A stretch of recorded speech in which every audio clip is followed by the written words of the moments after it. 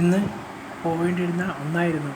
അവിചാരിതമായി ജീവിതത്തിൽ നേരിടേണ്ടി വന്ന ചില സാഹചര്യങ്ങൾ അടുത്ത അധ്യായത്തിൽ 60% എഴുതി വച്ചിട്ടും പിന്നീട് തുടരാൻ കഴിഞ്ഞില്ല. ഈ കഥ ഉപേക്ഷിക്കേണ്ടി വരുമെന്ന് വരെ തോന്നിയിരുന്നു. പിറകെ വന്ന കോവിഡ്-19 ഡ്യൂട്ടി കൂടി ആയപ്പോൾ എഴുത്ത് ഒന്നും മുന്നോട്ട് നീങ്ങിയിരുന്നില്ല. ഇപ്പോൾ ക്വാറന്റൈനാണ്. ഈ സമയത്ത് ബാക്കി കഥ കൂടി എഴുതി പൂർത്തിയാക്കാനുള്ള ശ്രമത്തിലാണ്. ഇതുവരെ തന്നിരുന്ന സപ്പോർട്ട് വീണ്ടും തരണം.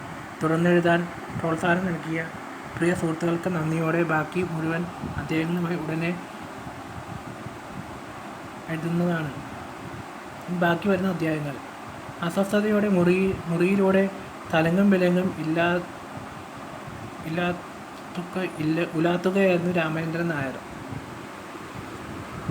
കഴിഞ്ഞ കുറച്ചു നാളായി ഒരിക്കൽ താൻ അനുഭവിക്കാത്ത, കടന്നു പോകാത്ത ഭീതിജനകമായ സംഭവങ്ങളിൽ താനാണ് കടന്നുപോകുന്നത്. കഥകളിൽ മാത്രം കേട്ടിരുന്ന മരണത്തിൻ്റെ മണം പേറുന്ന മനുഷ്യമൃഗങ്ങൾ.